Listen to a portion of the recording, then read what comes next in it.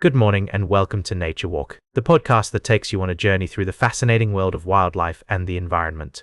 I'm your host David, and I'm delighted to share with you today's story about one of the most iconic birds in the Southern Ocean, the king penguin.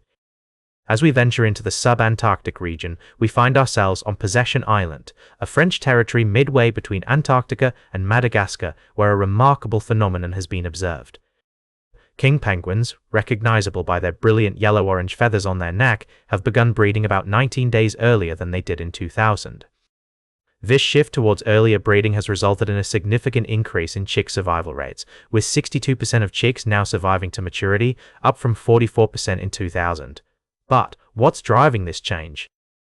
Researchers believe that warmer waters are boosting the numbers of lanternfish, a crucial food source for king penguins.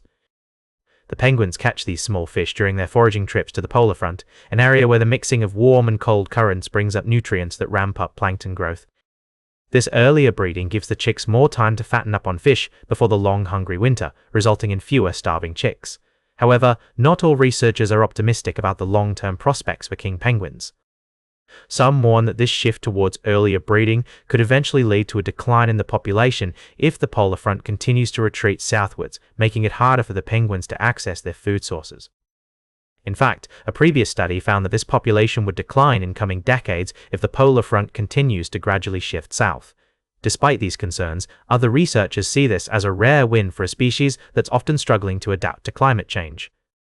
King penguins have shown remarkable flexibility in their feeding habits, and some scientists believe that they may be able to adjust to changing conditions by exploiting alternative food sources.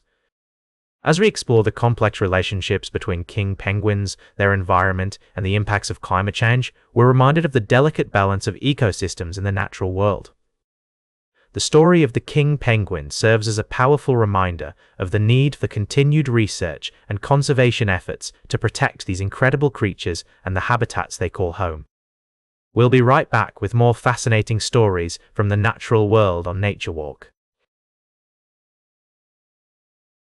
Welcome back to Nature Walk. I'm your host David.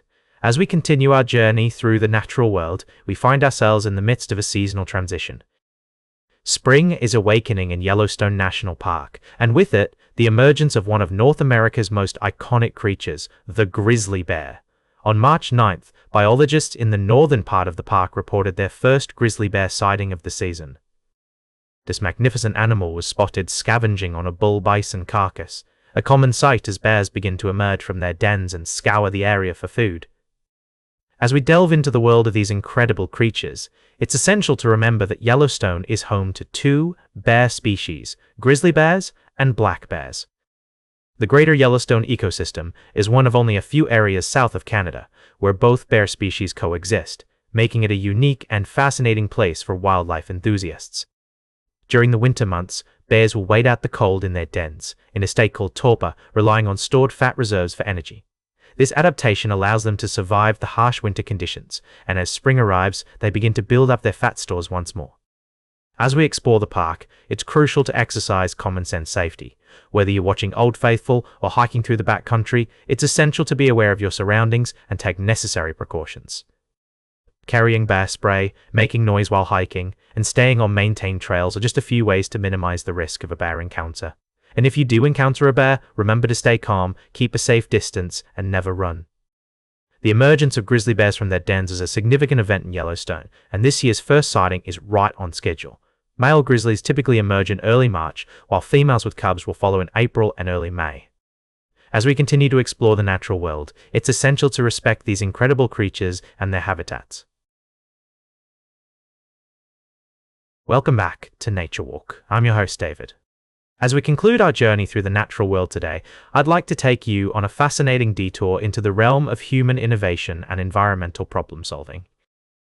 You see, amidst the challenges posed by pollution and resource depletion, scientists are continually seeking novel solutions that not only mitigate these issues, but also turn them into opportunities. One such breakthrough has emerged from the laboratories of Rice University, where researchers have discovered an ingenious way to repurpose one of the most notorious pollutants of our time, perfluoroalkyl and polyfluoroalkyl substances, or PFAS. These chemicals, found in everything from firefighting foam to consumer products, have been a thorn in the side of environmentalists due to their persistence in the environment and potential health risks.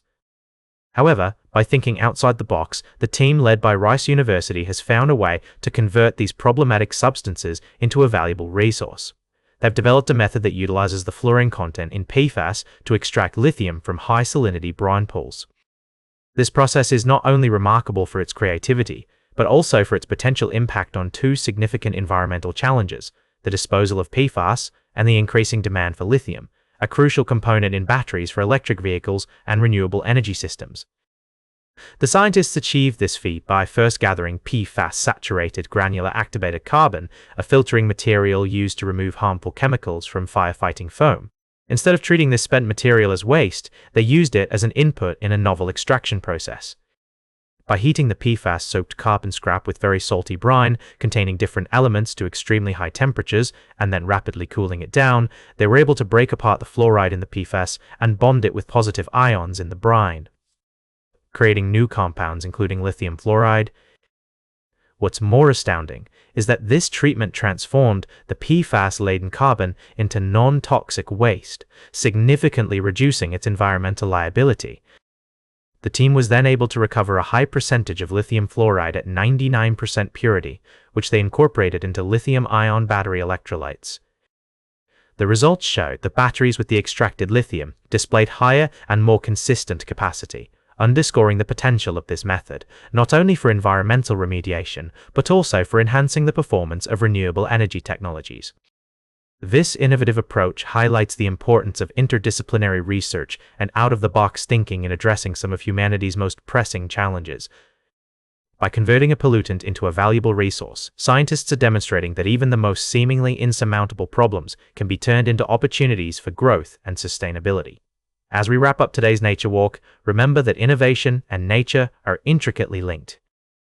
The solutions to our environmental challenges often lie at the intersection of human ingenuity and the natural world. So, let's continue to explore, innovate, and protect our planet, ensuring a sustainable future for all. That's all for today's Nature Walk. Remember to like, share, and subscribe, and until next time, keep exploring your natural world.